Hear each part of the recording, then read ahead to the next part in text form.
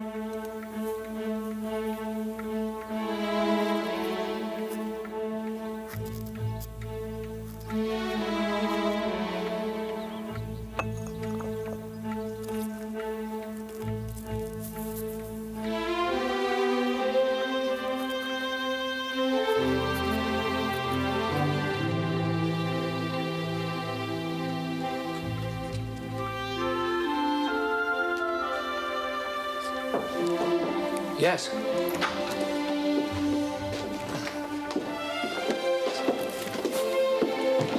Right there will be fine. Please open it up.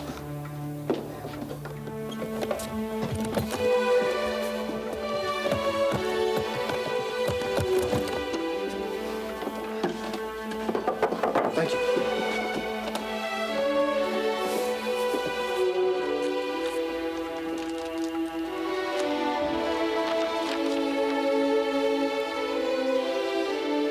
God bless you, Mr. Jefferson.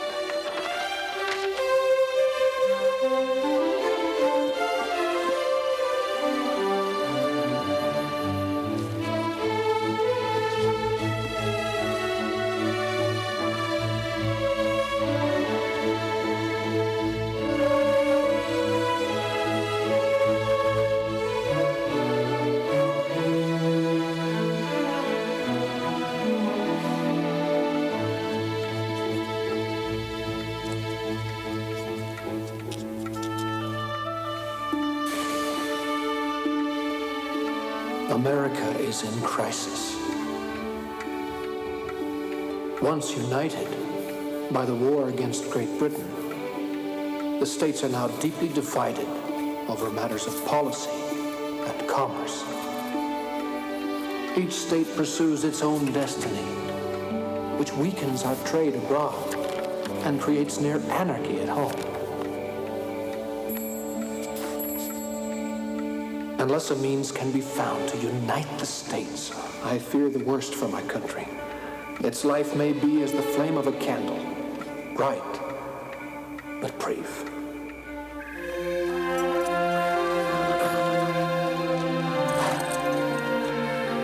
Good journey to you, sir. Thank you, my friend.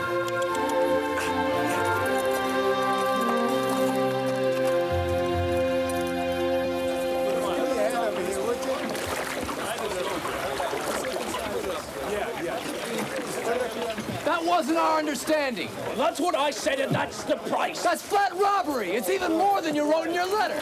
Sorry, Squire. And you'll have to put the price down on your tobacco and grain because the tariff's going up again. I won't do it. And I won't pay your price for this lot either. Take it back. Take it all back. Get your hands up. Put that back on the wagon. Put it back on the wagon. Take it back on the chair. All of it, bring it back up here. Put that back on the wagon.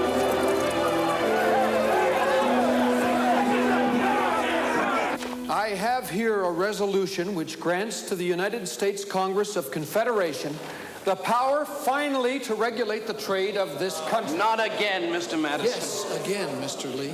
All those in this House know you wish to strip Virginia of her God-endowed right to regulate her own trade. Virginia does not regulate her trade, sir, nor does any other state in the Union. Great Britain controls it. Go down to the docks and see for yourself. Indeed. We charge the British nothing for the privilege of trading with us. Meanwhile, they charge us huge tariffs. If the British regulate our trade abroad, Mr. Mason, let us, by all means, restrict theirs here. But as Virginians, let us not empower Congress to join us with avaricious New Englanders. What about avaricious Southerners? Our Southern state governments, indeed the state houses in every corner of the Union, reek with corruption. The result, gentlemen, this nation becomes every day weaker. Her borders threatened by Spain to the west, Great Britain to the north. Can't you see, Mr. Lee? The glory of the Revolution is being blasted. The states must renounce their jealousies and give some power to a national government, otherwise America will dissolve. Mr. Madison, you may speechify as long as you like about a national government and America, We here in the House of Delegates are Virginians. First, last, and always.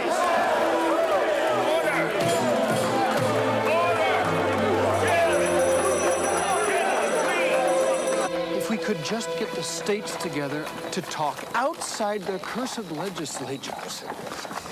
Talk about what? We'll talk about trade, about laws, about a more effective union, about anything.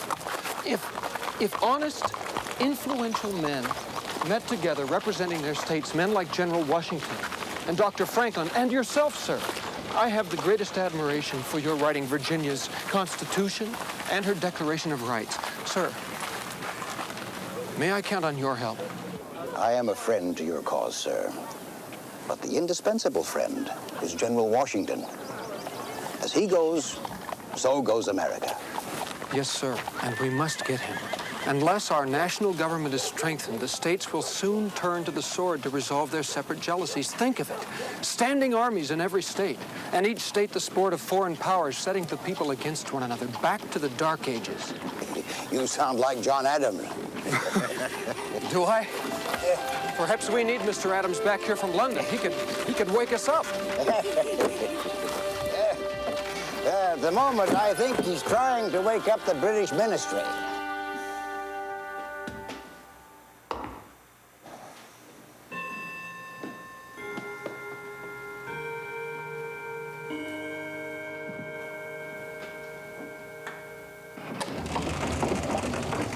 The Foreign Secretary will see you now, Mr. Adams.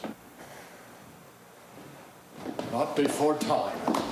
Allow me to introduce you, sir. Don't be a fool, he knows who I am. But, Mr. Adams, Lord Carmarthen, how happy I am to hear of your recovery. Oh, thank you, Mr. Ambassador. Pray be seated. It is a pleasure to meet you at last. Your servant, sir. And may I reassure His Majesty through you, Mr. Foreign Secretary, that America is eager for an exchange of ambassadors. His Majesty hopes in time to send an ambassador. He is anxious to cultivate the most cordial friendship with America and to try to dissipate every little animosity that might still exist between our two great countries. Indeed. In that case, Lord Carmarthen, may I tell you plainly how all animosity may be eliminated? Ah, you come with one of your famous ultimatums. I've brought nothing, sir. It is my desire that we put away our subtleties and speak as reasonable men. By all means, reasonableness and plainness. By the way, sir. I can state in 2 words what America desires of Great Britain. Fair trade. Pray, clarify your meaning, Mr. Adams. You are obstructing our shipping and restricting our trade. You have forts within the borders of America, which you continue to occupy in direct defiance of the Treaty of 1783. Do you deny this? No, Mr. Adams, no, I certainly do not deny it. But surely you must know His Majesty is obliged to retain some official presence in your country until your countrymen choose to repay their debts to His Majesty's merchants. Choose to repay? Well, quite so, Mr. Adams. If my figures are correct, America owes His Majesty's government some £10 million incurred before and since the late unpleasantries between our two countries. And, of course, the interest, I'm sorry to say, continues to mount. We Americans wish to pay our debts, but you make it impossible. Oh, how so? By obstructing our shipping. You call for immediate payment of all debts, and yet you block the very means whereby that payment might be effected. Let me speak plainly to you, Mr. Adams, if I may borrow that felicitous phrase from you. Please do. Speaking plainly is something I've longed to hear a minister of King George do.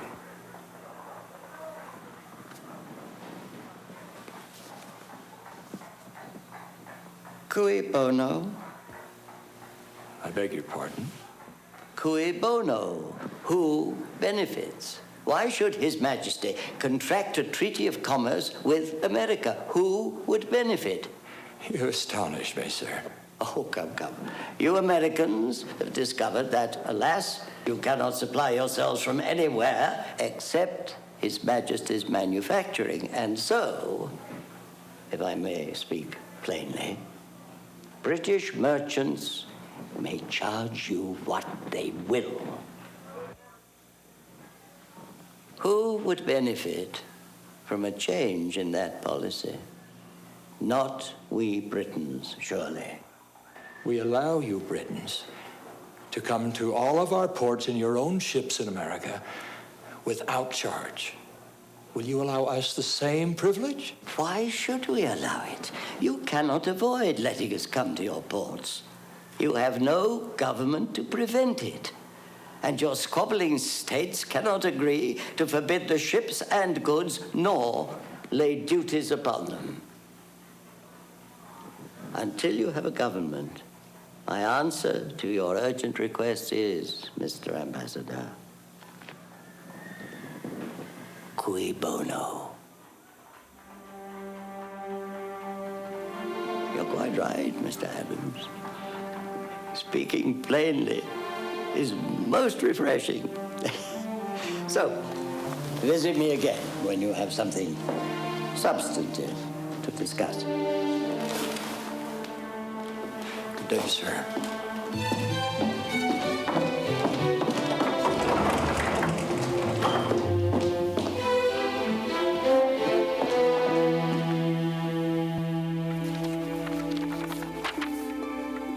If the Federal Convention is to be a success, General Washington must attend. Only his presence will give it the strength to form a new government and the stature to make that government acceptable to all Americans. Truly now, as in the days of the war, the fate of America lies in the hands of George Washington. My worst fears for this country are being realized. In Virginia and elsewhere, the people are burning courthouses.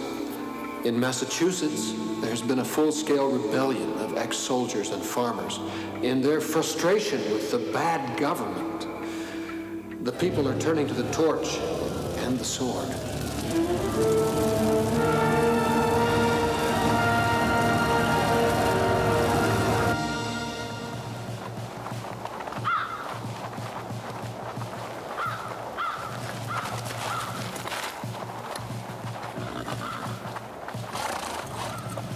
Keep to the road! The snow's too deep!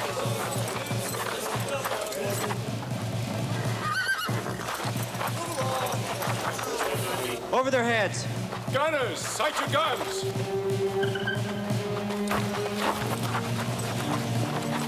Fire. Gunner, fire one!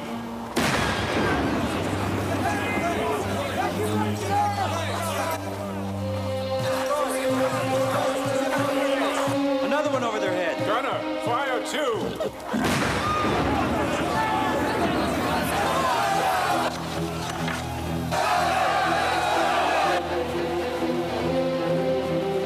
Into the ranks. Gunner, aim your weapon! Fire. Fire your muskets!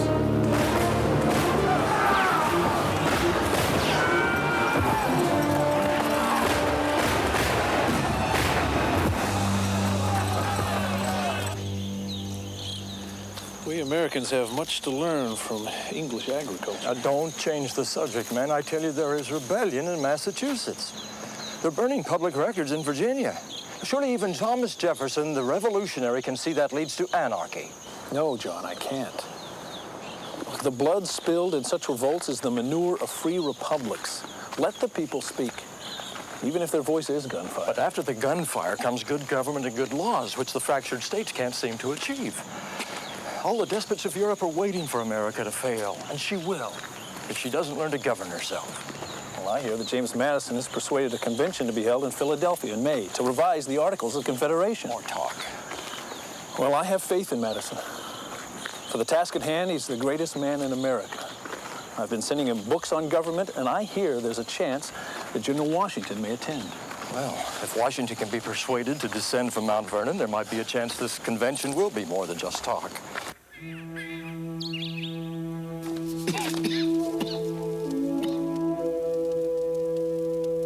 General, you are the indispensable man. Without you, we are without hope. If we persuade Congress to authorize a convention, you must come. Respectfully, James Madison.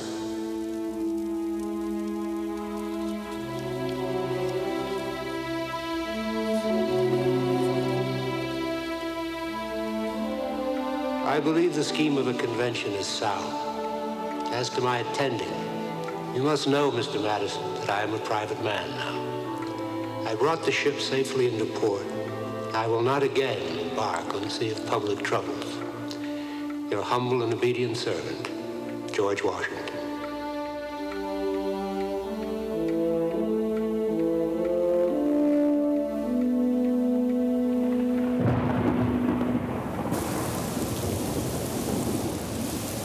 You told the Congress what? I told them the general would attend the convention in Philadelphia. But he hasn't given his consent. But he must. Didn't you say he must? Yes, but... I believe he will. Yes, but the risk you're taking. Your reputation. Colonel, there was no other way. Delaware, Georgia, the Carolinas, in fact, all of them said they would appoint delegates only if General Washington attended the convention.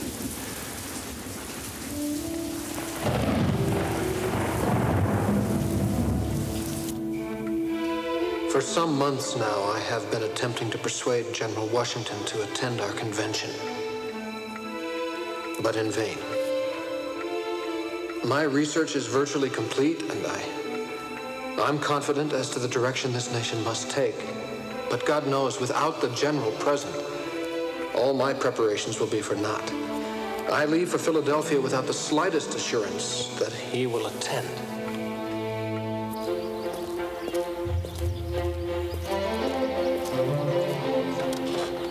Thomas? Get up. Get up.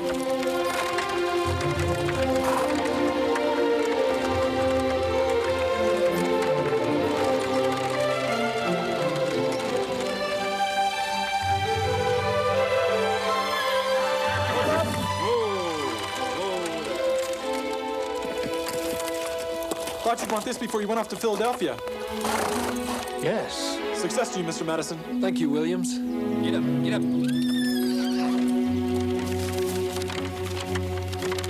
I regret to say that circumstances render my attendance in Philadelphia impossible. Your servant, George Washington.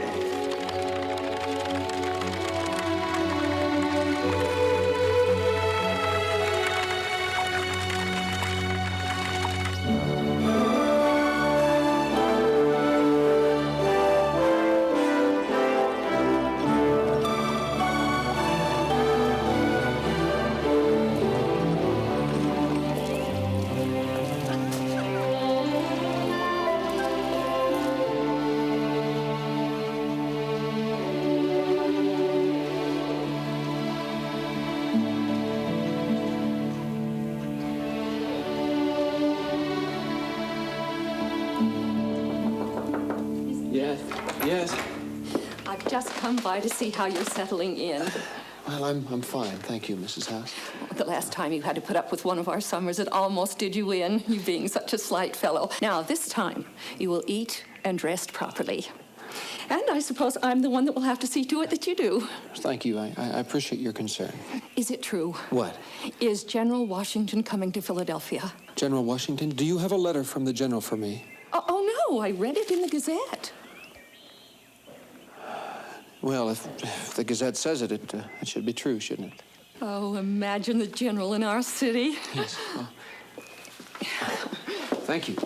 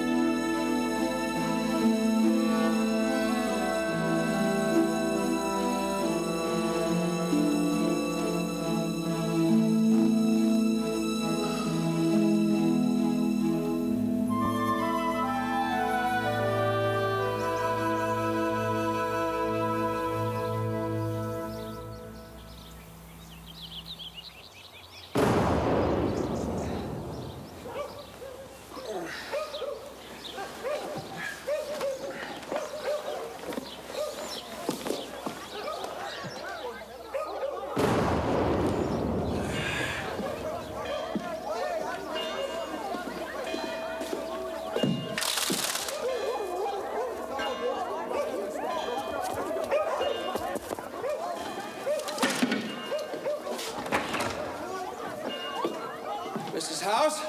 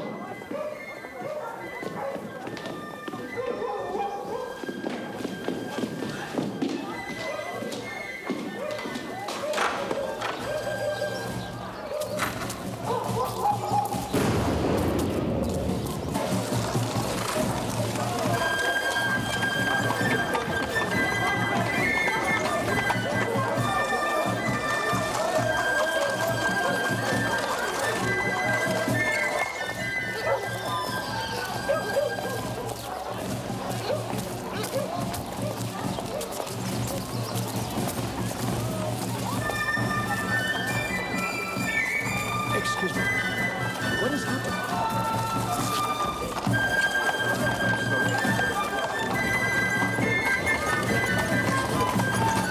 Pull up here, Miss Seaton.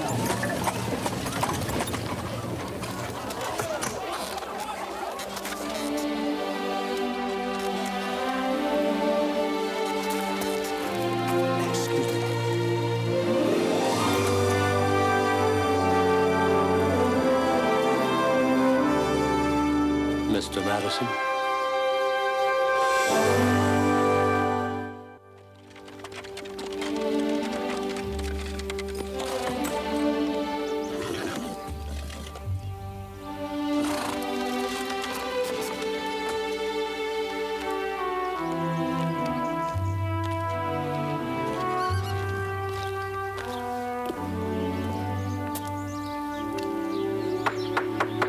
Whichever gentleman, or better still lady, that is knocking, I'm around here.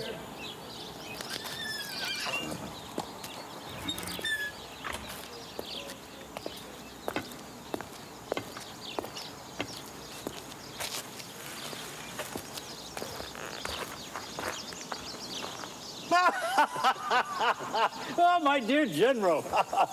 How delighted I am to see you, sir. Pray, sir, do not trouble yourself. Quite unnecessary for the sage of Philadelphia to rise in the presence of a retired soldier. Well, if the sage cannot rise, perhaps the soldier will sit, eh?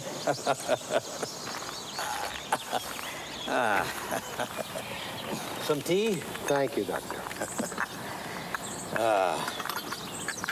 Alas, gout and the stone have made me into a monument. People must now come to view me as I am unable to go to them. Will your health allow you to attend the convention, Doctor? Will yours, General? It seems that fate wishes us to postpone our well-earned retirement, sir. Well, I hope our convention will do good. If it does not, it must do harm. Its failure will demonstrate that we have not wisdom enough to govern ourselves. I, of course, have selfish interest in its success. Oh? Indeed. During the war, I staked my life and what is more important, my reputation, on the belief that Americans could govern themselves and that all mankind should share in that privilege. Doctor, many know by heart your credo that the rights of Americans should be the rights of all men. Well then, sir, you see the danger I'm in. If our convention fails, all mankind will suffer. Oh, much worse. I shall be discredited as a philosopher. Oh, General, I am grateful you are here. For you, among all men, I hold in the highest esteem. When you voluntarily surrendered power after the war, I knew that in you breathed no tyrant, but that new man, an American. You are the very soul of this republic, sir. With you and our consuls, we must succeed. You overwhelm me, sir. You must know that I consider you the greatest American alive. My grave fears for the welfare of this country are lightened in your presence. Well, then, let us toast ourselves with this tea and declare that the world is infinitely better off because of us.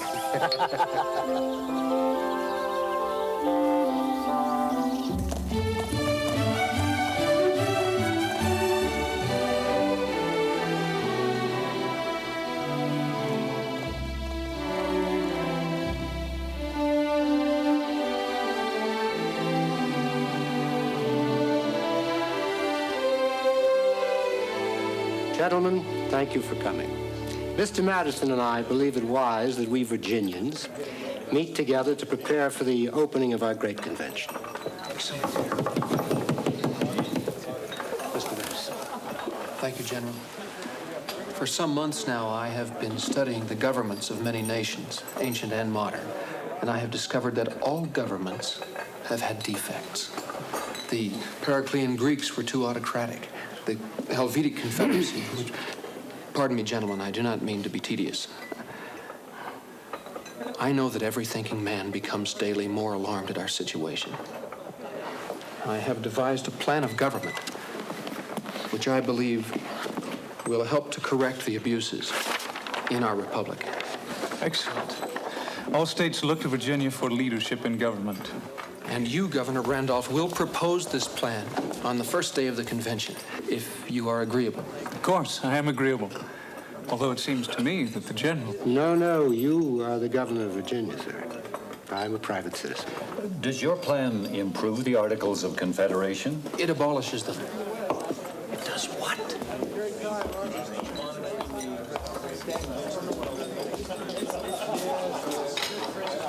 The general seems an imposing figure. That he is, Judge Wilson. Have you never met the man? I do believe I'd be a wee bit overawed.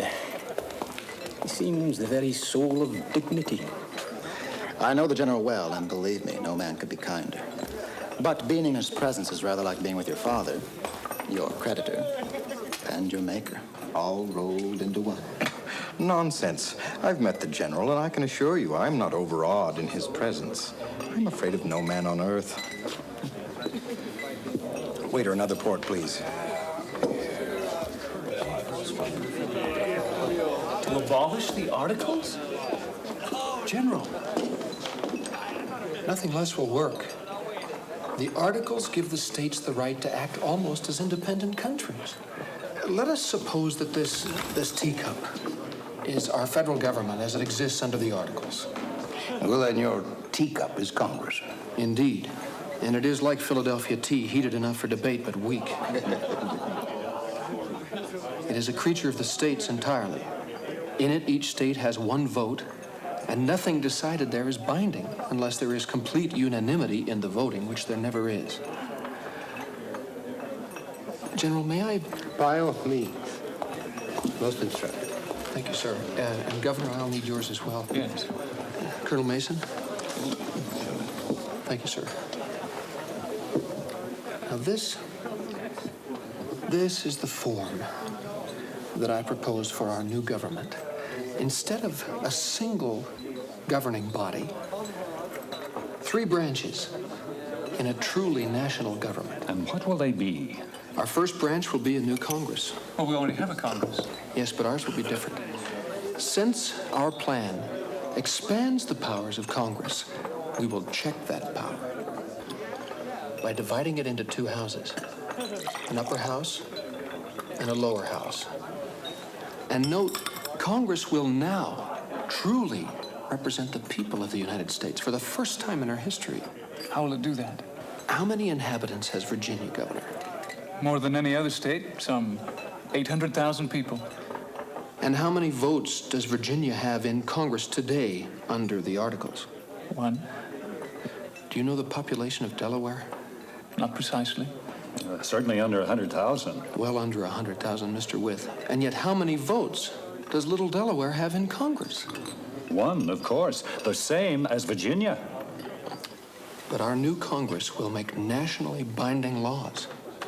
And so the people of Virginia, as all the states, must be represented fairly in proportion to their populations.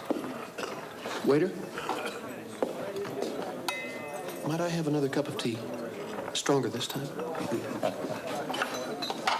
You would walk up to the general and with no prior greeting, slap him on the back and say, "My dear general, how happy I am to see you look so well." Certainly. A hearty thump of fellowship. What could be more simple and congenial?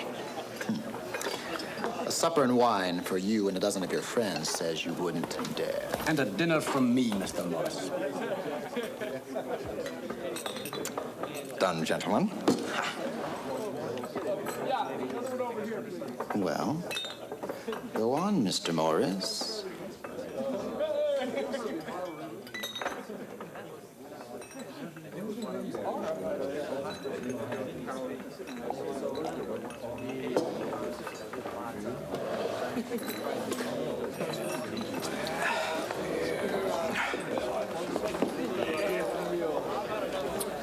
Waiter, another port, please.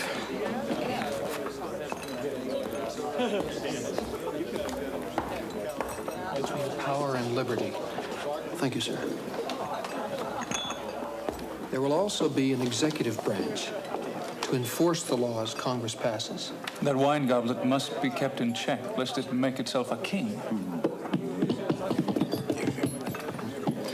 And so it shall be, Governor, by Congress, and by this mug, which represents the judiciary branch, the courts of the land. Very good, Mr. Madison. Might I have the executive branch back? It needs refreshing. Of course, General, and pardon my speaking at such length. Of course, sir. Gentlemen, the states sent their delegates here to hold on like bulldogs to state sovereignty. Our first battle will be to get them to abandon the Articles of Confederation in favor of our new government. Difficult, since the instructions sent with many of them specifically prohibit them from doing so. May we not say in our plan that we are merely correcting the articles, not abolishing them? Well, our plan does abolish them. But can we not say that we are correcting them? I have found that words can be crucial. The anti-nationalists may correct what they will never abolish. Well, that may work. You speak of a first battle, Mr. Madison. Will there be others? Yes. The smaller states will oppose our plan at all hazard. Delaware will not want to lose her disproportionate power in a Congress that makes binding laws. Nor would I, were I governor of Delaware. But they must. This battle, proportionate representation in Congress, is the battle for the soul of America. Lose it, and the states of America will never form a true union. Win it, God willing, and our nation is saved. Gentlemen, to the Virginia plan. My dear General, I'm very glad to see you look so very well.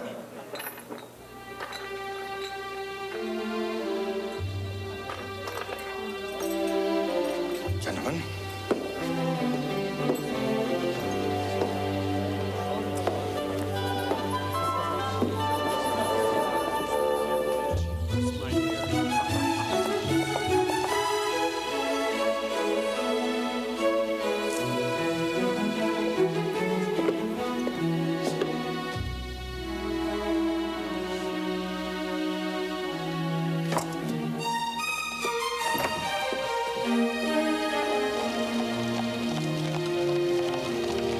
Gentlemen, please accept my heartfelt thanks for the honor of being elected president of this convention.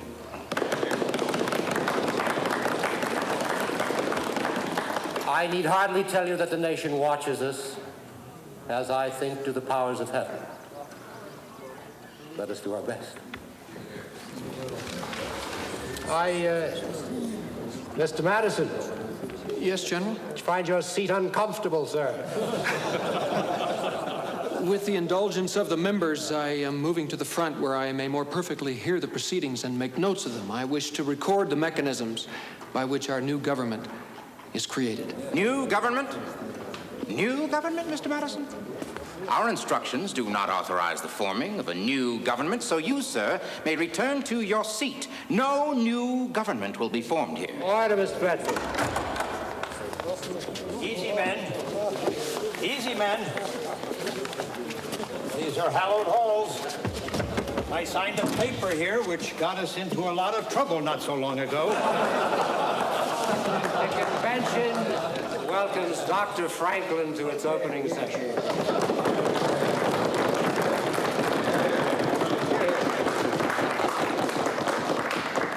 Thank you, Warden. You can return our sturdy friends to the jail. I think I can find my own way home. Thank you, General. You're quite welcome.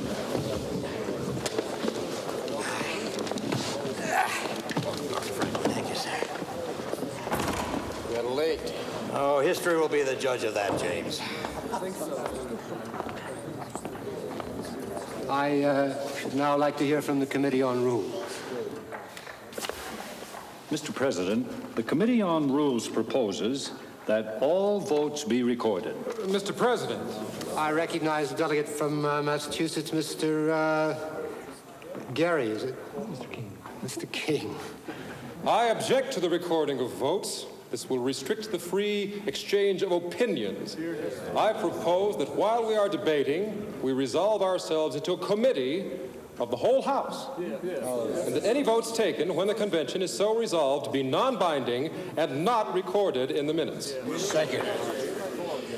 And we should be able to change our votes in committee of the whole as often as we like. We can take a binding vote when we are in General Assembly. Objections? Then Mr. King's motion passes. Might I suggest that Mr. Nathaniel Gorham of Massachusetts, who has been President of Congress, be selected as Chairman of the Committee of the Whole when the convention is so resolved? All in favor? Aye. Opposed? The vote being unanimous, we may now return to the report of the Committee on Rules. I beg your pardon, General. Yes, Major.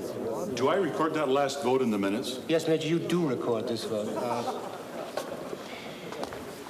When you see Mr. Gorham up here in the chair instead of me, then you do not record the vote. Oh, thank you, sir. I understand. We may never get to the plan at all. Mr. Withs, please proceed. We propose that a rule of absolute secrecy be imposed on the delegates while this body meets. Thank you, Mr. Withs. All those in favor signify by saying aye. Aye. On this item of secrecy, let me add my personal endorsement. It will allow us all to speak our minds more freely and protect the public from those who may distort our deliberations. And now, I am, sir. Oh, your old law teacher, James. The man who wouldn't sign the Declaration of Independence. John Dickinson of Delaware, sent to revise the articles if need be. Welcome, Mr. Dickinson. Please take your place. And now to other business. Mr. President. I recognize the delegate from Virginia, Governor Edmund Randolph. Thank you, sir. Gentlemen, we are in crisis. There are those both at home and abroad who prophesy our downfall as United States. Why? Because the Articles of Confederation have utterly failed to accomplish what they were created for. Now, I have only the greatest respect for the authors of the Articles. They were patriots. Their efforts were adequate to their times when there were no trade wars among the states, no rebellion in Massachusetts. Or Virginia. Courts have been burned in Richmond. True, Mr. Gary, true. We live in difficult times. The Articles cannot adequately govern us. But there is a remedy as bold as the times require. I propose that we correct and enlarge the Articles of Confederation in order that they might accomplish the objects proposed by their creation. Thank you. I now resolve this convention into committee of the whole House for discussion of Governor Randolph's plan.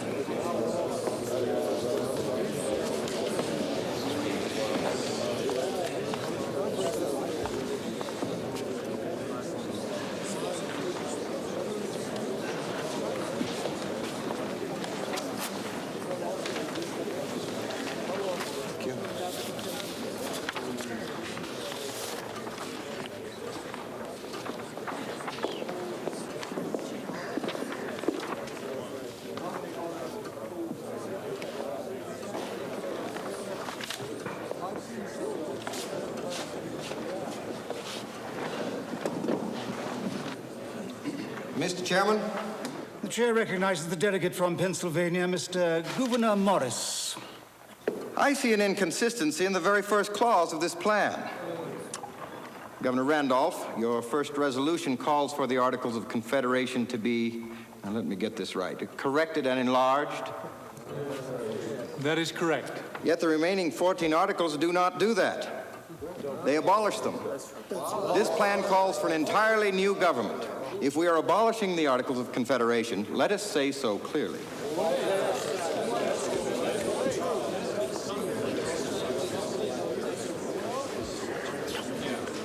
Governor Randolph, do you wish to reply? Yes. Mr. Morris, I am indebted to you for your clarification. I propose that we set aside the first clause of the Virginia Plan and in its place substitute the resolution that a national government ought to be established consisting of a supreme legislative, executive, and judiciary. The articles are thus abolished and a new form of government substituted for the old. The chair recognizes the delegate from New Jersey, Mr. William Patterson. Our instructions do not even allow us to discuss a scheme in which the Articles of Confederation are abolished. We may amend them, nothing more. Struck with horror that such a thought ever occurred to Governor Randolph. He's just annihilated our government. Amen. Amen, Mr. Patterson. I was sent here from Massachusetts to amend the Articles of Confederation, not to dissolve them in the states as well. Read the plan, Mr. Gary. You'll see that it does not dissolve the states. I have read enough to see. Order, and I'm not blind to the danger. Please. Well, if this plan will finally force the states to obey federal law, then I'm for it. I accept Governor Randolph's change. I say let's do away with the articles. Here, here. I recognize the delegate from Connecticut, Mr. Roger Sherman. All I want to say is this. The Articles didn't give enough powers to Congress. I wrote part of them, so I know. Let's not cut so deeply into them that the states won't agree with us. That's my say for now. Thank you, Mr. Sherman. So you are against doing away with the Articles of Confederation? That's what I just said, isn't it? Mr. Chairman? Chair recognizes Mr. Madison. Gentlemen, the moment has arrived which is to decide whether the American experiment is to survive and be a blessing to the world or not. On the one hand, we have the Articles of Confederation. On the other, we have a proposal for an entirely new kind of government. Every day, the Union grows more impotent and her people more discontent. Is this what we wish? No.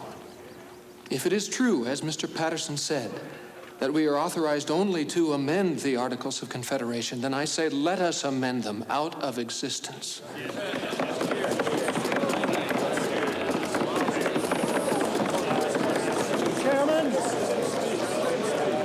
Mr. Chairman. The chair recognizes the delegate from Connecticut, Mr. Roger Sherman. Now look, we've got to keep the states strong. Everybody knows it's only in a small republic, like a state, that popular government works. I think not so, Mr. Sherman. My research tells me that it is only in a large republic that good government is even possible. Forgive me for interrupting my colleague, but Mr. Madison, don't all authorities state that good government arises from small republics like the states? Yes, Colonel, they do. But the states, is there good government in Rhode Island? Well, Rhode Island is too small. It's always controlled by some faction or other.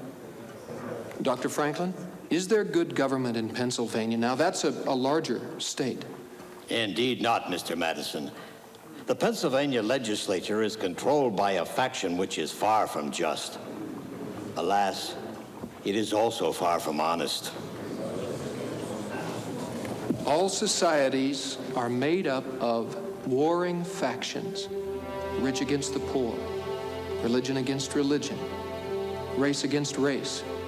A small republic, like a state, too often falls prey to one of these factions. The result? Lawlessness and oppression, especially against the minorities. It is only in a large republic with many different-minded people that no one faction can gain control. In such a republic, the liberties of all the people are naturally safeguarded. Such a republic, if it were dedicated to justice, protected by truth, and of the spirit of the people, would, I believe, last through the ages, but first it must exist.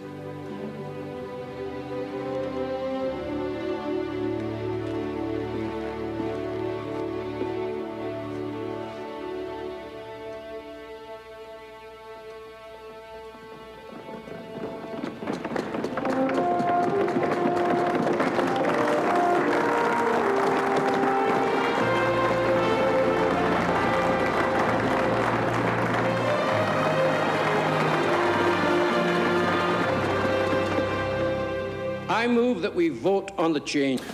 Second. Very well. If there is no further discussion, we will vote on Governor Randolph's new resolution. Massachusetts?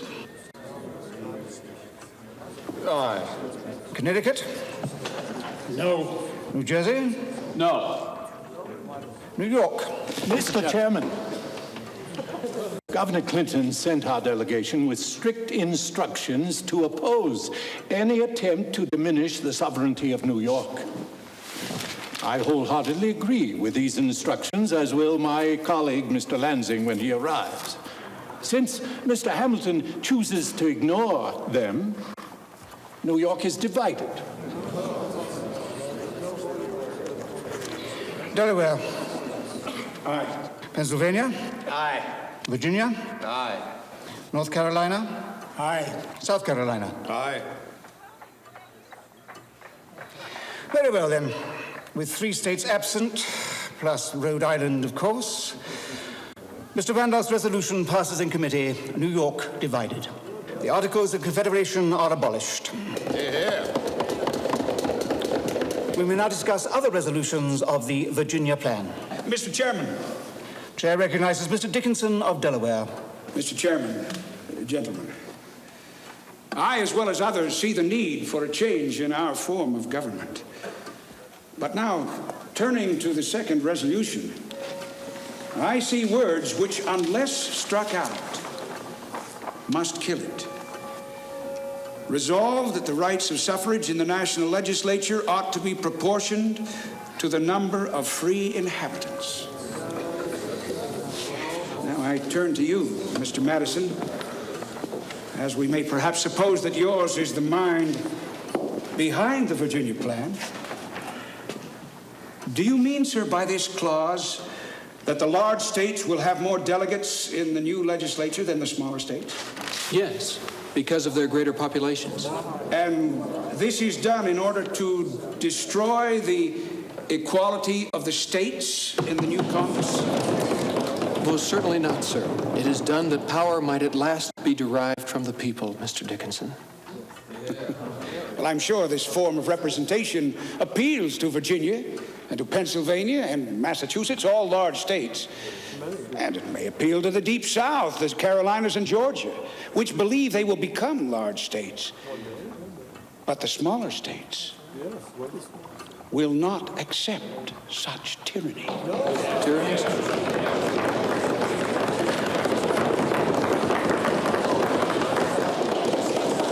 The Delaware delegation cannot change this system. Our instructions are clear, and if we discuss it, it will become our duty to retire from the convention.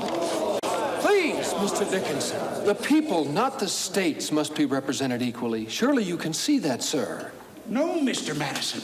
I cannot see that. Mr. Dickinson, even if you're not allowed to vote for proportional representation, surely you're not required to walk out if others vote for it. You'll destroy the convention if you leave. Perhaps it is best if we leave this resolution for a while. I propose, Mr. Chairman, that we postpone discussion and voting on the second resolution of the Virginia Plan. Second, and let every state consider well losing its vote in Congress. The Virginia Plan does no such thing. Order. The proposal has been made and seconded. All in favor of postponing discussion of the second resolution signify by saying aye. Aye. All those opposed signify by saying no. We will take up discussion of other resolutions of Governor Randolph's plan in committee tomorrow. Today's session is adjourned. And so the great issue of the convention has been postponed. No doubt to allow John Dickinson of Delaware and delegates from the other small states time to concoct a plan to defeat proportional representation in Congress. Yes? Something to eat, Mr. Madison.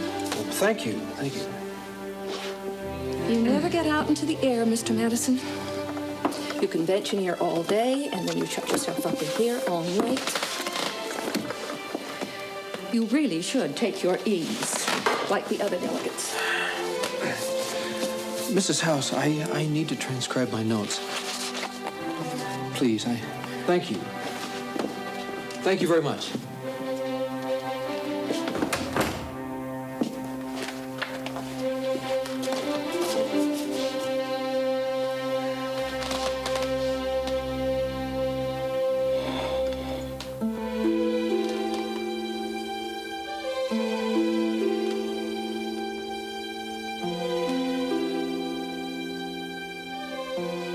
We have been engaged for some weeks in debates on the war-making power of Congress, the court system, the strength of our executive, and so on. As expected, the Carolinas and Georgia have insisted on retaining the importation of slaves. John Rutledge of South Carolina leads their fight. Gentlemen, our economies in the South bring great wealth to this nation. But we must be allowed to continue the importation of slaves. Chairman, Mr. King, Mr. Rutledge calls it importation. It eases the consciences of the Southerners to use a word which applies to merchandise. But men and women are not produce, Mr. Rutledge. You do not import slaves. You kidnap them. Hear, hear, Mr. King. It is iniquitous. Chairman, Mr. Sherman. Now, Mr. Morris, I think the slave trade is iniquitous, too. But you know, and every man in this room knows, that the southern states will never confederate with us if we insist they give it up. Mr. Sherman is correct. Morality has nothing to do with this argument. Interest alone is the governing principle with nations. And if the northern states consult their interest, they will see that slavery benefits their shipping. Mr. Chair. Chair recognizes Colonel Mason from Virginia.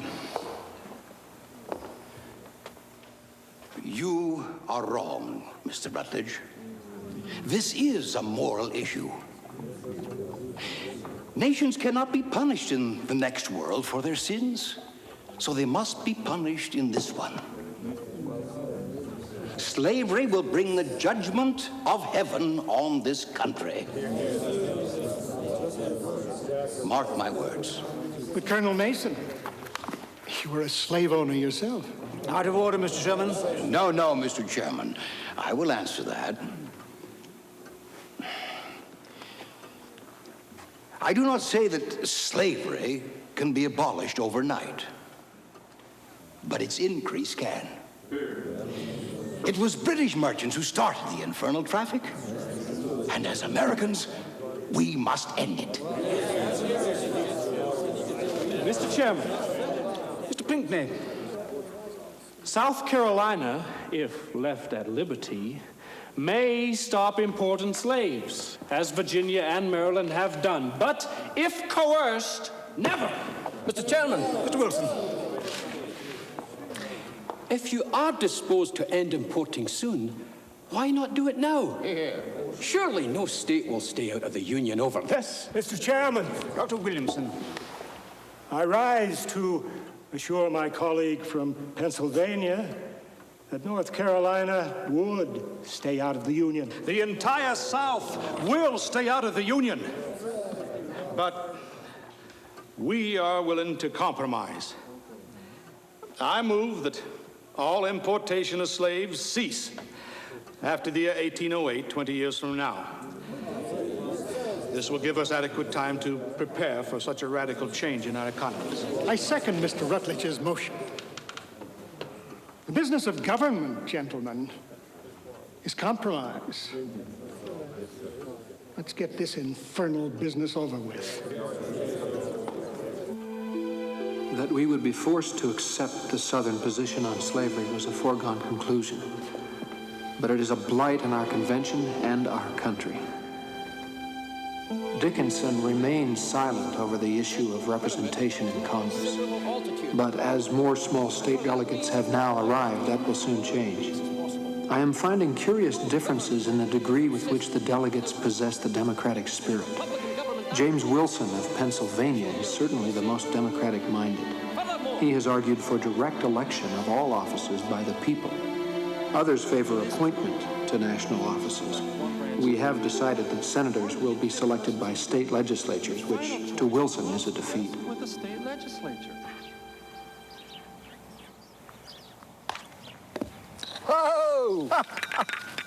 Of course, it's not a proper course, Mr. Madison. Care for a bash? Oh, no. Thank you. Some of the gentlemen, excuse me, some of the gentlemen in my delegation believe you place too much confidence in the people, Judge Wilson. Do they? What do you suppose they mean by that? Well, they've observed that you wish to put the election of all members of the national government directly into the hands of the people. And what do you believe? I'm inclined to listen to your views, sir. I have to be careful here. There's a wee reward for sinking the putt on the last hole.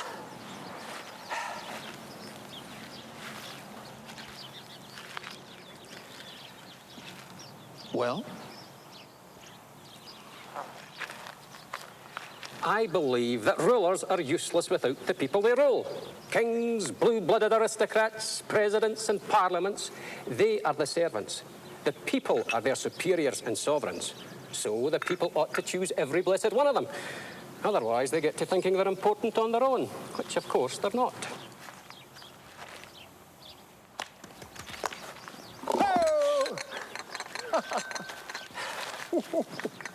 And now, the reward.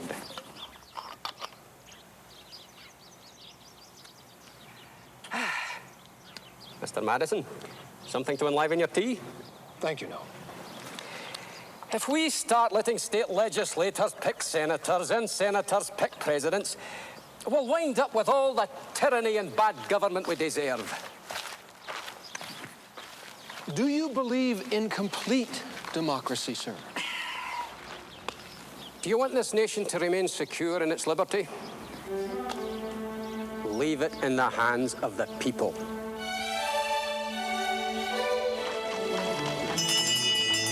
June 9th session of this convention will now come to order. Mr. Chairman, Chair recognizes Mr. Dickinson.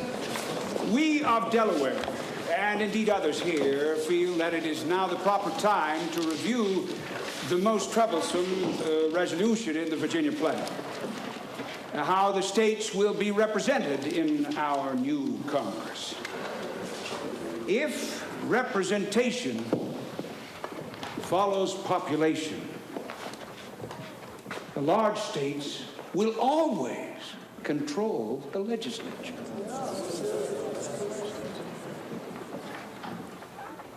Delaware's voice will never be heard. We will never confederate if this pernicious scheme is adopted. We are not talking about states, but people. Are not the citizens of Pennsylvania equal to those of Delaware? Does it require 150 of the former to balance 50 of the latter? I will never confederate on Mr. Dickinson's principles. Let the small states do as they please. The rest of us will unite. Hear, hear. Chairman, Mr. Benson. Pennsylvania and Virginia wish to strip us of our equal rights of suffrage. Now, they talk of equality, but what they really want is an enormous and monstrous influence. Never! Never! Order, gentlemen, order. Mr. Chairman, Mr. Sherman, we can't start arguing and threatening on this issue. Now, I've thought of a plan that ought to satisfy everyone here. Let's have the members of the lower house of the legislature be elected according to the population in each state, just as the rest. That ought to satisfy the larger states. And then in the upper house, the Senate, let's have each state have just one vote. One vote and no more, just as we've got in the Congress now. That ought to please the smaller states. And I say, let's not argue about it. Let's vote on it. Second. Very well, let us vote on the first half of Mr. Sherman's compromise. All those in favor of the lower house of the legislature being represented according to population of inhabitants signify by saying aye. Those opposed, no. Massachusetts? Aye. Connecticut? Connecticut votes aye to the first part of the compromise and urges all the small states to follow her lead. New York? Aye. New Jersey? No. We will wait, Mr. Sherman, to see if the large states keep their part of the compromise. Pennsylvania? Aye. Delaware? No. Maryland? Aye. May the larger states remember their part in this compromise. Virginia? Aye. North Carolina? Aye. South Carolina? Aye. Georgia? Aye. The motion passes in committee, 9 states to 2, New Hampshire absent. Representation in the lower house of the legislature will be proportional. Mr. Chairman. Mr. Sherman? All right, you larger states now have your proportional representation in the lower house. I now move we vote on having each state in the upper house have 1 vote and 1 vote only. I remind the large states, Mr. Dickinson has said the smaller states will never agree to a plan that doesn't give them their fair share in Congress. I second Mr. Sherman's motion. Very well, without discussion, I will call for the vote. All those in favor signify by saying aye. Those opposed, no. Massachusetts? No. What, sir? You do not honor our compromise? Your compromise, sir. Massachusetts. I might have known. Out of order, sir. The roll call will continue. Connecticut? Aye. New York? Aye. With dissent. Noted. New Jersey? Aye. Pennsylvania? No, Mr. Sherman. Delaware? Aye. Maryland? Maryland votes aye. With dissent. Noted, Mr. Jennifer. Virginia? No. North Carolina? No. South Carolina? No. Georgia? No. Mr. Sherman's second motion fails. Now you've torn it. Mr. Chairman. The chair recognizes Mr. Alexander Hamilton. I move the representation in the upper house be determined in exactly the same manner as the lower, that is, according to population. Second, and while the issues are fresh in the minds of all the delegates, I call for the vote now. Indeed. Very well. The states will signify as usual. Massachusetts? Aye. Connecticut? This is outrageous. Never in my life. Vote, Mr. Sherman. Connecticut votes now and forever. No. New York? No. New York is a large state, but we are for genuine equality. Mr. Yates, along with Governor Clinton, is for anything that keeps up the trade war with New Jersey. Out of order, Mr. Hamilton. New Jersey? No. Pennsylvania? Aye. Delaware? No. And let me warn the Out of largest order, Mr. Bedford. Maryland? No. Dissent. Noted, Mr. Jennifer. Virginia?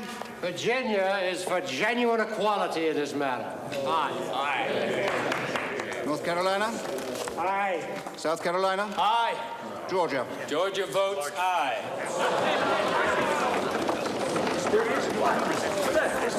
Mr. Hamilton's motion carries in committee 6 states to 5, New Hampshire absent. That ends debate of the Virginia plan in the committee of the whole. Mr. Chairman, Mr. Dickinson. this vote taken in committee is not a binding vote. We all know that. That is, the small states must deliberate. We ask for 1 day's postponement. Pardon me, sir. We might as well leave the convention. We mustn't rush into extremes. Madison is right. We must not lose the opportunity to strengthen our country. Madison is a nationalist and Wilson is another. And I am another. Some of us act as though this is some debating contest. It is not. The life of the Union is at stake. Mr. Dickinson, the life of Delaware is also at I stake. believe we can get the Virginia plan referred back into committee. How are you going to if we have something to put forward against it. I have been writing such a plan, Mr. Yates. It is purely federal. It keeps most of the Articles of Confederation and gives us our fair vote in Congress. Excellent. Dan Carroll is leaving the convention. That leaves Mr. Jennifer and myself in the Maryland delegation. And as you know, Mr. Jennifer is a nationalist. Maryland's vote will be neutralized. That must be prevented somehow. I tell you, I will never confederate without my state's fair vote in the Senate. On that, we are all agreed. Mr. Bedford, we must try. Much depends on your plan, Mr. Patterson. But the Virginia plan has already been thoroughly debated. It is ready for a binding vote in General Assembly. Why should it be sent back into Committee of the Whole? So that it may be discussed on an equal footing with Mr. Patterson's plan. And the convention is so voted, 6 states to 5. The session is adjourned until tomorrow. The gentleman may come forward to make copies of Mr. Patterson's proposals.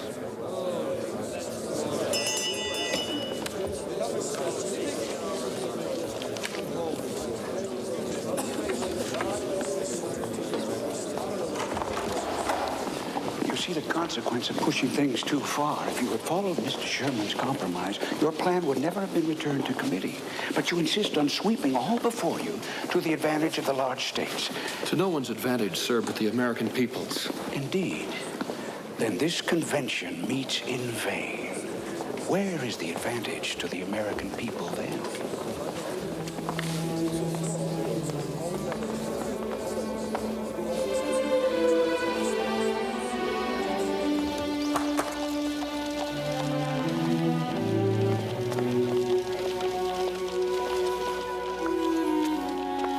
Mr. Madison, do you like music?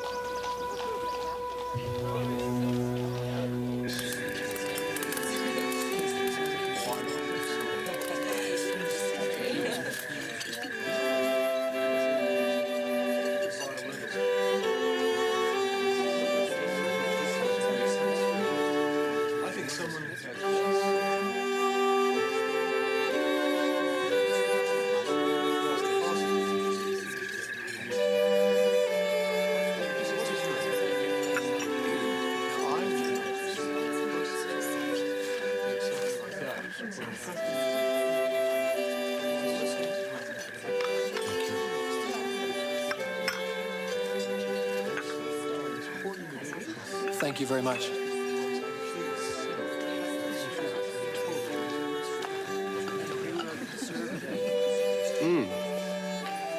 The flute. The flute is a noble instrument. Jefferson prefers the violin. Yes. Do you have a preference? I'm afraid, unrefined in my tastes in music. So long as it's quiet, I'm content.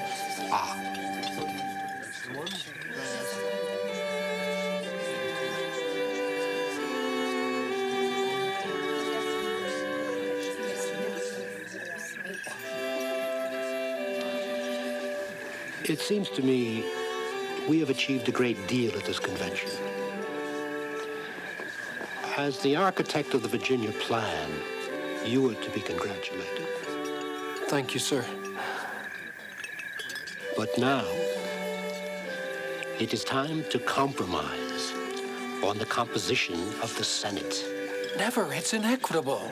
True. And now they want to refer the Virginia plan back into committee. I think Sherman is behind that. In Roger Sherman, you may well find the salvation of your plan. His compromise brought the small states closer to its adoption than any other speech made on the floor. You voted against it. So did Dr. Franklin. We were wrong to do so. We must take care. Another loss, and proud men like Dickinson will abandon the convention. Well, let them. We still maintain the majority. A simple majority is not enough. What we need, Mr. Madison, is consensus among us, harmony. That alone will ensure the Constitution's success. History will not forgive us. History? Yes. You persuaded me to come to this convention. Well, here I am, Mr. Madison, and I will not see this convention crumble around me because the brightest and stubbornest of us will not yield the Senate to the states. It is not only me, sir. You heard Mr. Wilson say that Pennsylvania will not confederate on the one-state, one-vote principle. Pennsylvania? Yes. Let Pennsylvania take care of itself.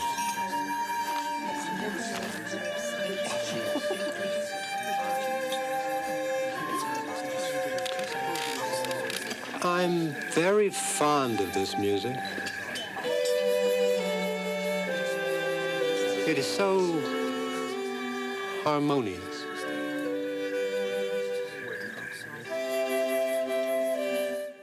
Gentlemen, we have heard Mr. Patterson's plan.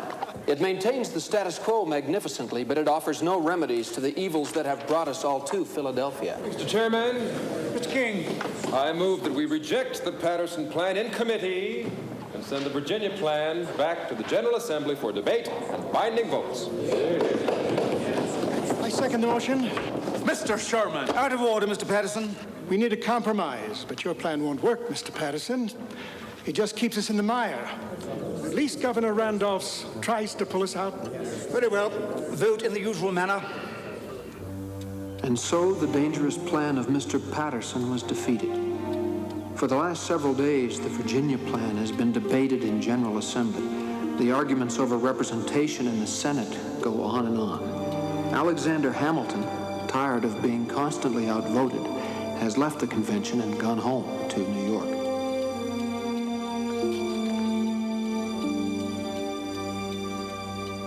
The larger states proceed as if we were blind.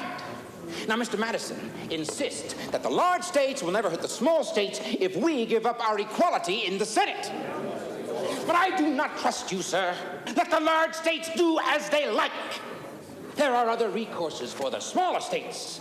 We can find some foreign ally, someone of more honor and good faith who will take us by the hand and do us justice. What Mr. Bedford has spoken is treason. As for myself, whatever may be my distress, I will never court relief from a foreign power.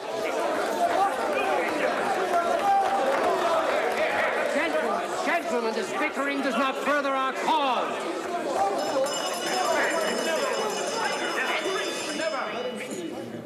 Chair recognizes Dr. Franklin. Thank you, General. Gentlemen. The small progress we have made in these last weeks is a melancholy proof of the imperfections of human understanding. How has it happened that we have forgotten to humbly implore the Father of Lights to illuminate our understanding? During the late contests with Great Britain, we many times offered prayers for help in this very room. And our prayers were heard, and they were graciously answered.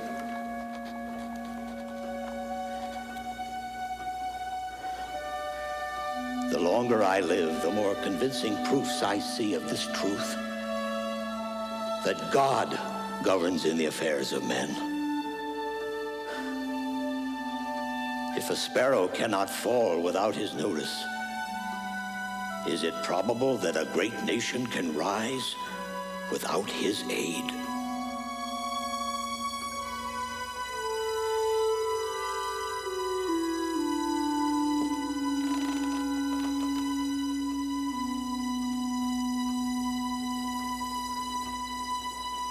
I hereby adjourn this convention until July 2nd, 3 days hence. The states, upon return to General Assembly, will be prepared for their final votes on representation in the Senate.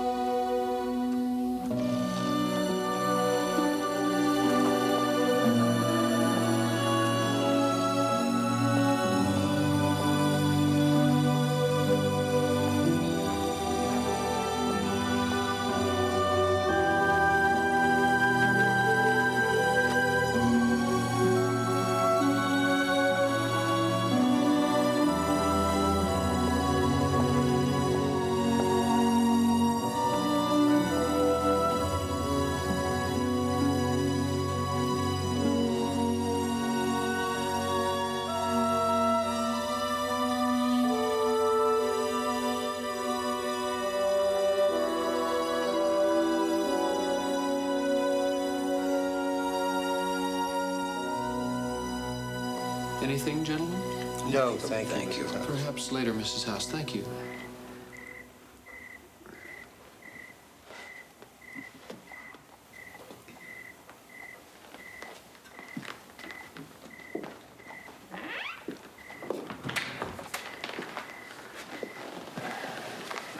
Mr. Madison, we are on the brink of disaster.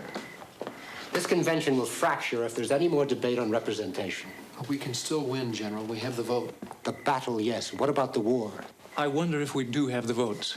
We have Virginia, the Carolinas, Georgia, Pennsylvania, and Massachusetts. The small states have Delaware, Connecticut, New Jersey, and New York. Maryland will split between Jennifer, who is with us, and Martin, who is with them. We will win, 6 states to 4. Not so, I'm afraid. Pierce and few of Georgia have left for New York. Why? To attend Congress. In addition, Mr. Pierce is engaged to fight a duel. Mr. Hamilton, I believe, is to act as his second. Well, that still leaves Houston and Baldwin in the Georgia delegation. Now, Houston will vote with us. What about Baldwin? Abraham Baldwin is new to the state of Georgia. He immigrated there 3 years ago. But he was born and bred in Connecticut. All right. Georgia may divide along with Maryland, but we still win, 5 states to 4. We may. No, we will. We will. I feel very confident.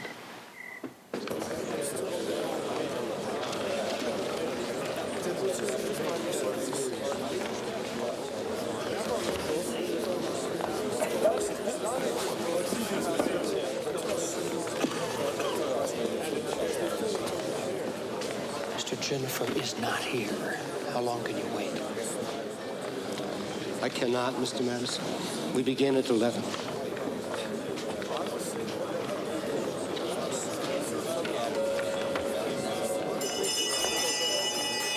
My second session of this convention will come to order. Where is Mr. Jennifer? Mr. Madison, you are out of order. I'm sure I don't know, Mr. Madison. Indisposed, perhaps. Mr. President, To recognize the delegate from Connecticut, Mr. Oliver Ellsworth. I call the question on the issue which has plagued this House for so long. I move that in the new Senate, each state will have 1 vote. Mr. President, I second my colleague's motion. Very well. States will vote on Mr. Ellsworth's motion in the usual manner. Massachusetts. No. Connecticut. Aye. New York. Aye. New Jersey. Aye. Pennsylvania. No. Delaware. Aye. Maryland. Maryland votes aye. Mr. President, it appears as though the Maryland delegation is not fully represented. Mr. Jennifer is not here. That has not hindered votes in the past, and neither will it now. So long as Mr. Jennifer is in Philadelphia, our rules allow Maryland's vote to be cast. Say again, Mr. President, Maryland votes aye. So noted, Mr. Martin. Virginia. No. North Carolina. No. South Carolina. No.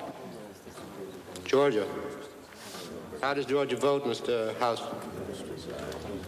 Mr. President, Georgia is divided. I vote no.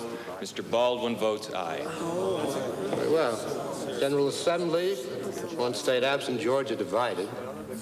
Convention voted 5 to 5 on Mr. Ellsworth's motion. It's a tie.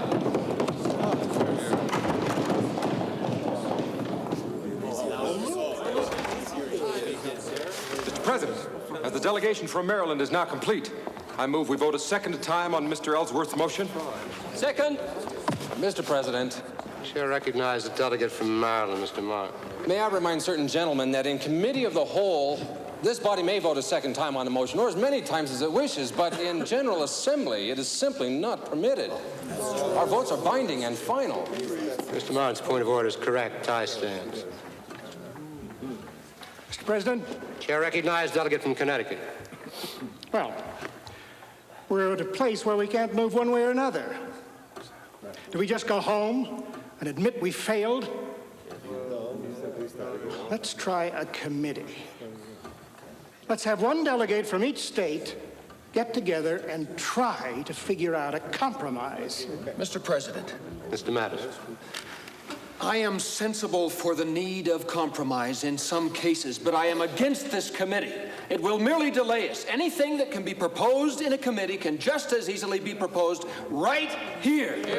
Mr. President. I recognize Mr. Dickinson. Can it be that Mr. Madison opposes a committee because he fears that reasonable men, out of earshot of his rhetoric, will uphold equality in the Senate?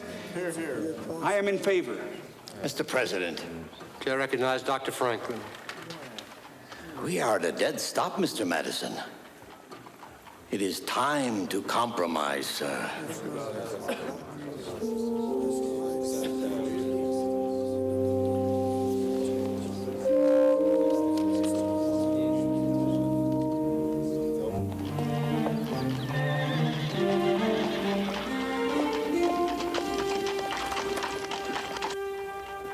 Glorious Fourth. They're calling it the Grand Committee. They ought to call it the Pact Committee. Look who's on it. Every small state sympathizer in the convention. Well, Dr. Franklin is representing your state. He is an old diplomatist. He will, as he would put it, compromise for the higher good. No, the Senate will be a non-democratic body. We've lost. Yes.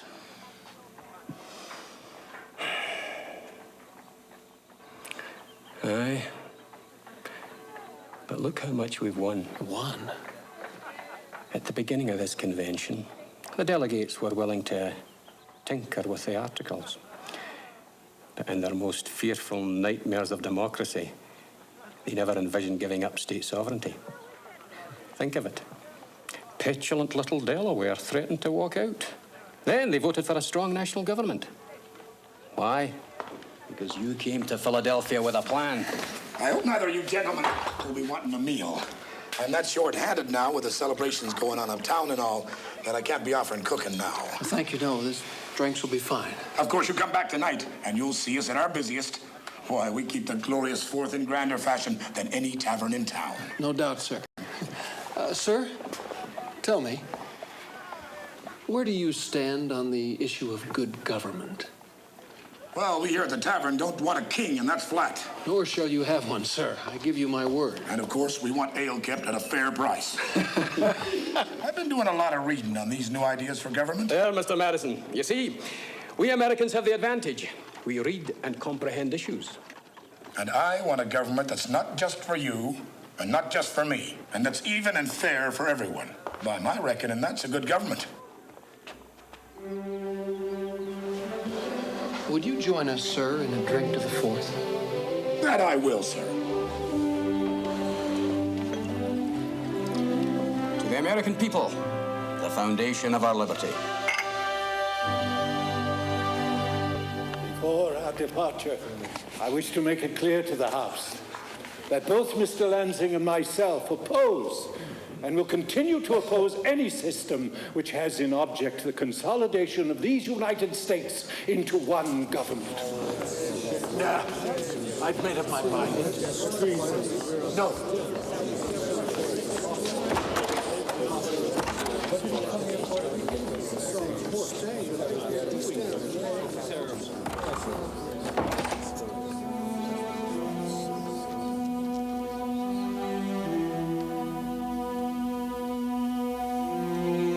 Tuesday, July 10th, 1787. My dear Mr. Hamilton.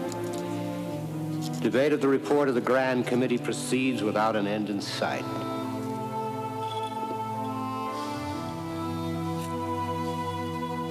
Your colleagues, Messrs. Yates and Lansing, have left the convention for New York, vowing to work against the convention. It is the first time an entire state has left. I am sorry you went away. I wish you were back. Our councils are now, if possible, in a worse train than ever. I am, sir, yours truly, George Washington.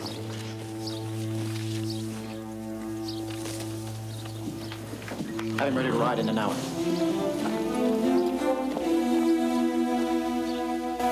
Gentlemen, we have now debated the compromise report of the Grand Committee for 9 days. I, for one, have grown weary of the long-windedness of its detractors. I, therefore, call the question on the report. Second. We are as ready to resolve the question as you are, sir. Very well. As debated and amended, this compromise provides for a lower house which represents the states according to their population. In the upper house, each state will have 2 senators. Each senator will have 1 vote. I remind the gentleman, his vote will be binding. Massachusetts. Massachusetts is divided, sir. What? Mr. Strong and I vote aye. Mr. King and Mr. Gorham vote no. Very well. Connecticut. Connecticut votes in favor of the Grand Committee's compromise. Hear, hear. New Jersey.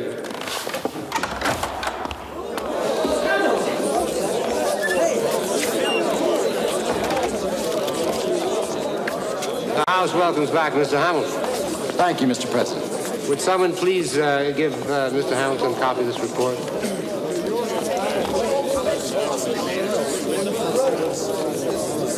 I will we'll come to New York last. And I'll proceed with the roll call. New Jersey. Aye. Pennsylvania. Pennsylvania, despite its elder statesmen being on the committee, concludes that it will vote against its report. My disappointment over this is mitigated by the fact that at least I live here in Philadelphia and can be carried to my home each night of this interminable convention.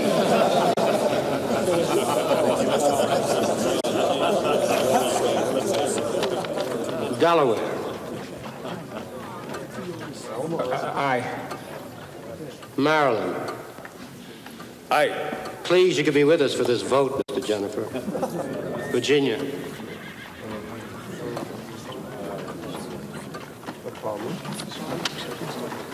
No. With exception. Noted, sir. North Carolina. North Carolina is in favor of the compromise.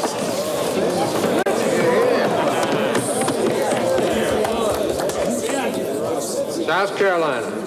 No! Georgia. No. Mr. Hamilton, have you had sufficient time to read the report? I have, Mr. President. Are you prepared to cast New York's vote on it? I am. New York, without hesitation, votes nothing. I beg your pardon. Nothing. Point of order, Mr. President. Mr. Dickinson, in the middle of a vote, this seems hardly the time. Our rules are very specific. A state, in order to be represented by a quorum, must have at least 2 delegates in the city. 2 in the city, gentlemen. New York has only 1. Therefore, Mr. Hamilton may not vote.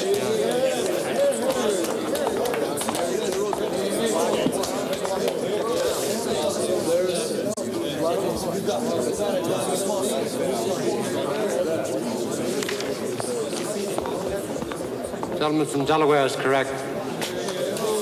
I'm sorry.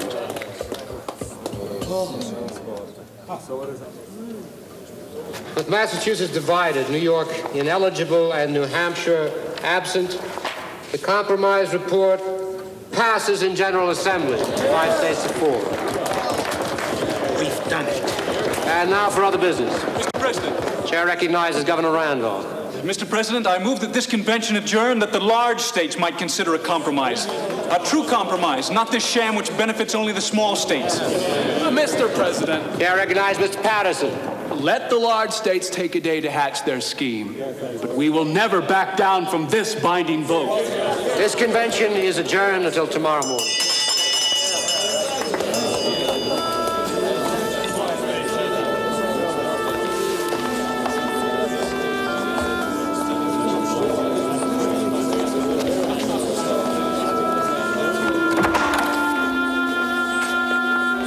Mr. Madison, there's still a great many issues to debate in this convention, and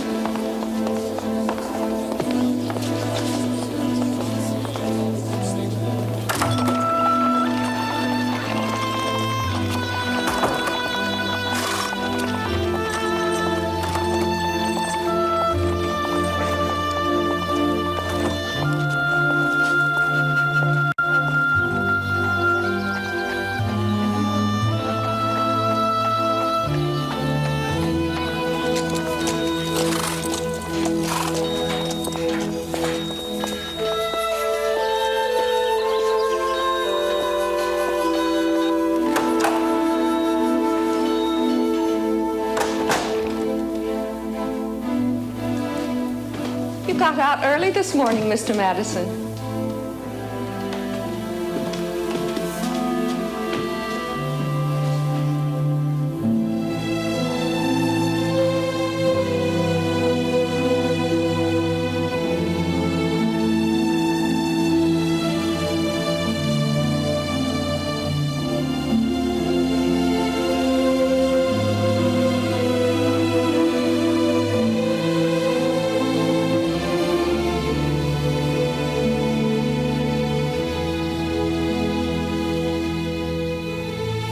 No good government can be built upon the foundation proposed by the small states, nor will it. I agree.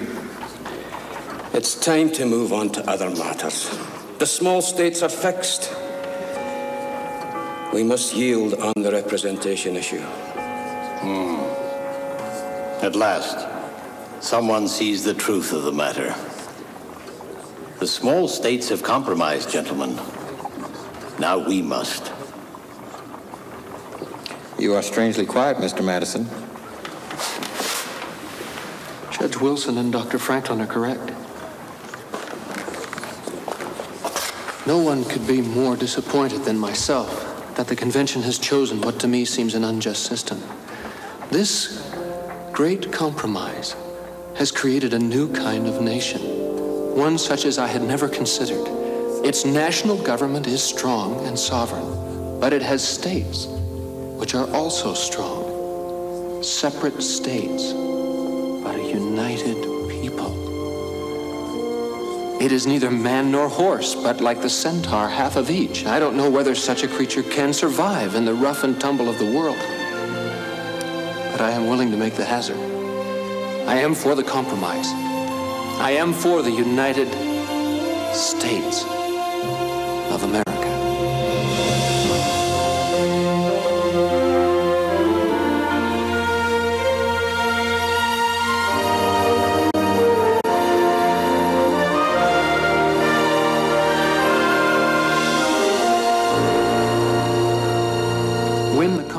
Report of the Grand Committee was approved, a key issue of the convention was decided. During the next 8 hot, humid weeks, the House debated, amended, and approved the other resolutions of the Virginia Plan in General Assembly. A committee of style refined the language of the new Constitution. I am especially fond of the preamble, not we the states, but we the people. This shows to all the world that in America, the people will govern. This body is now ready to vote in General Assembly. Major Jackson will now read the final draft of the Constitution of the United States.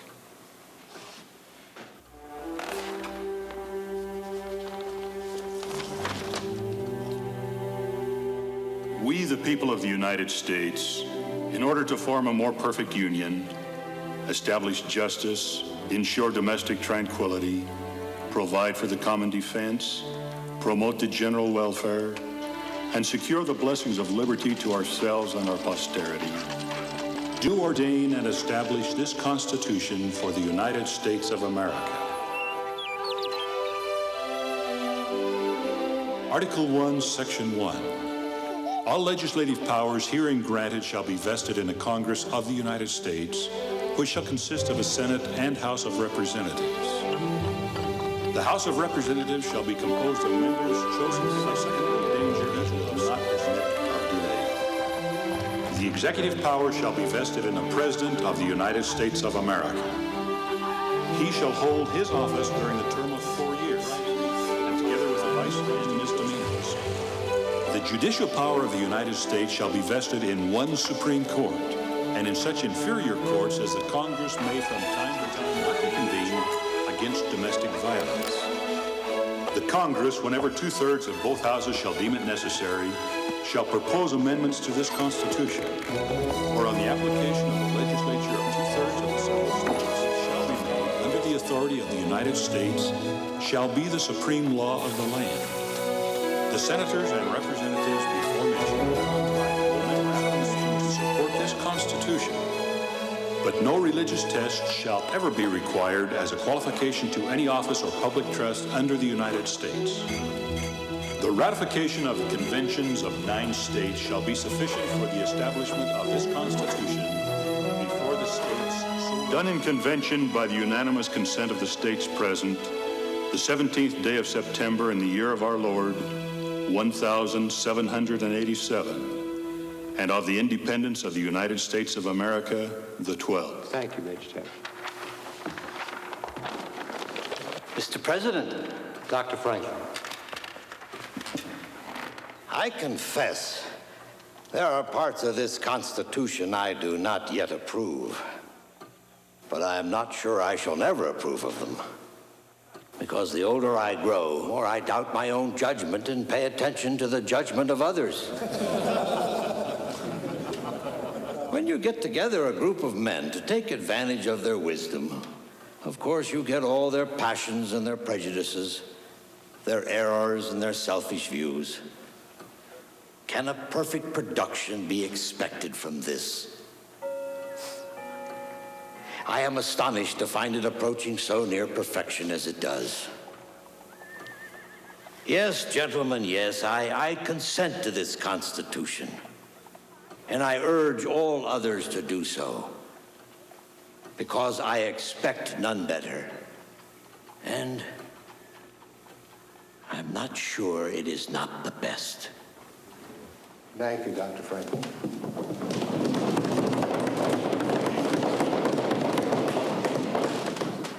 We will now vote on whether or not to accept the Constitution. Gentlemen, this vote will be binding. New Hampshire. Aye. Massachusetts. Massachusetts votes aye. Connecticut. Mr. President, Connecticut is pleased with the compromises of this body. She votes aye. New Jersey. Aye. Pennsylvania. Aye. Delaware. Aye. Maryland. Aye. Virginia. Virginia votes aye. Colonel Mason is accepted. Colonel Mason? Mr. President, I've been wrestling with myself the last several days, and I feel duty-bound to say that I would sooner chop off my right hand than put it to the Constitution as it now stands. But why, sir? There's no Declaration of Rights in this document. This comes very late, sir, when we are on the verge of concluding our business. If you feel so strongly on this point, sir, why did you not mention it sooner? I feel that such a bill could be prepared in a few hours. Mr. President, Mr. Sherman of Connecticut. we don't need a Bill of Rights in the Constitution because all the states have already got one. Mr. Sherman is correct. We have written this Constitution with the express intent of protecting the people from the... Nevertheless, generations of Americans yet unborn will look back to us for protection of their rights. We must not fail them.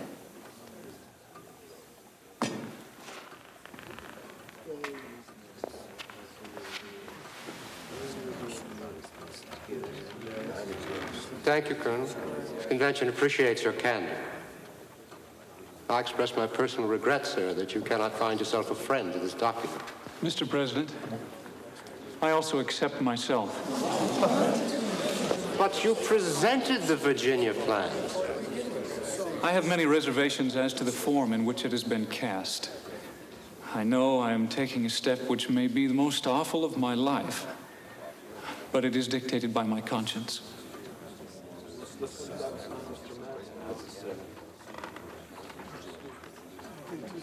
Your exception is noted, sir.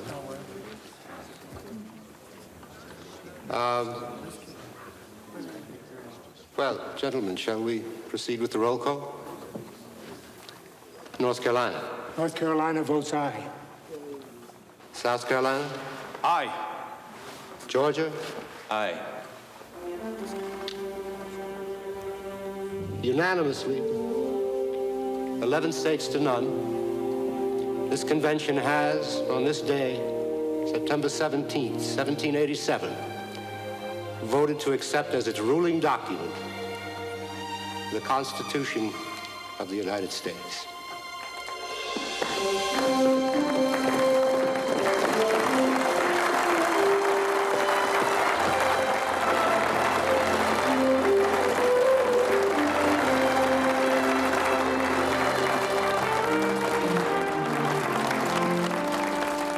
President. Mr. Hamilton. Though I am unable to vote on the motion, I will sign the Constitution so that New York may be represented on so important a document. If I might be allowed that honor. Indeed you may, sir. Well, what remains for us to do is sign.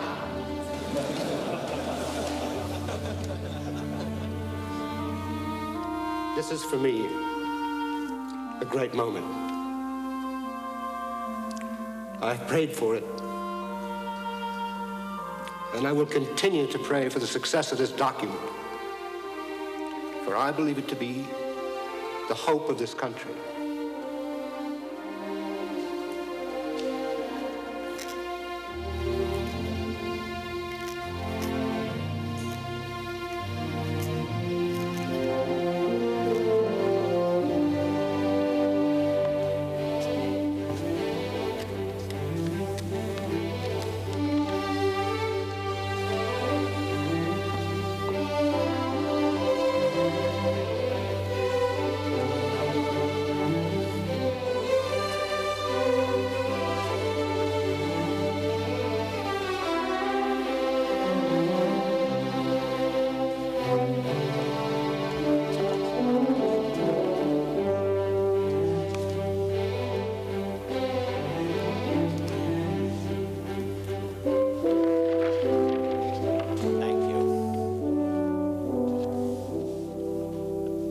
General, painters have found it difficult to distinguish in their art a rising sun from a setting sun.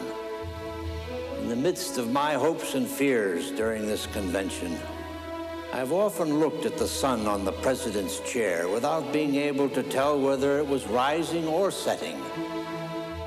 But now I have the happiness to know it is a rising sun.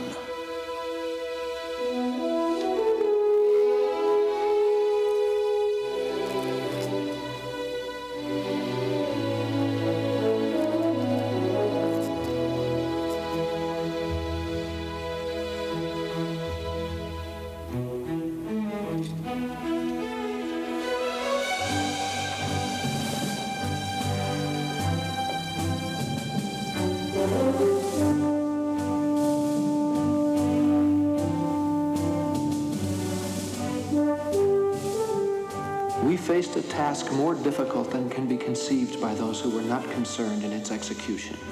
Men of different minds and diverse opinions came together to debate our great cause, and yet the degree of concord which ultimately prevailed was a miracle.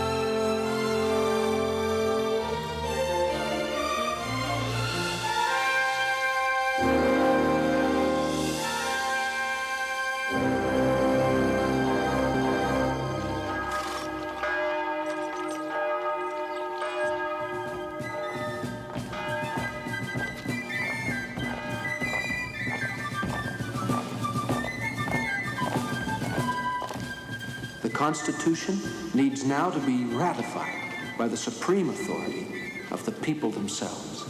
Yours very sincerely, James Madison.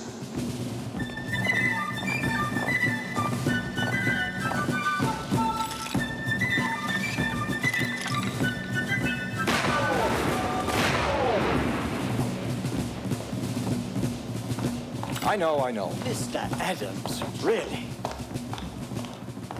There, Lord Carmarthen. There you have on your obstructionist desk the most important document ever written. A piece of paper that will change the world. Read it well. It marks the end of England's domination of the hemisphere. From this moment, America takes her place as an equal in the family of nations. Gentlemen.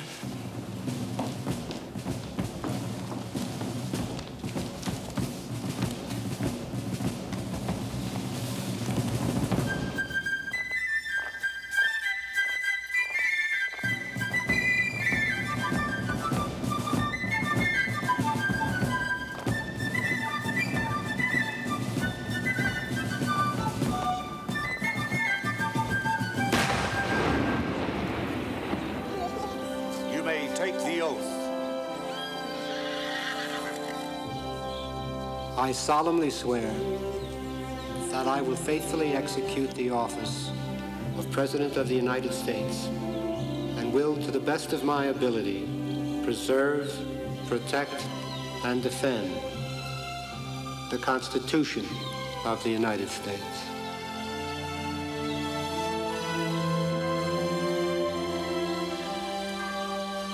Long live George Washington, President of the United States.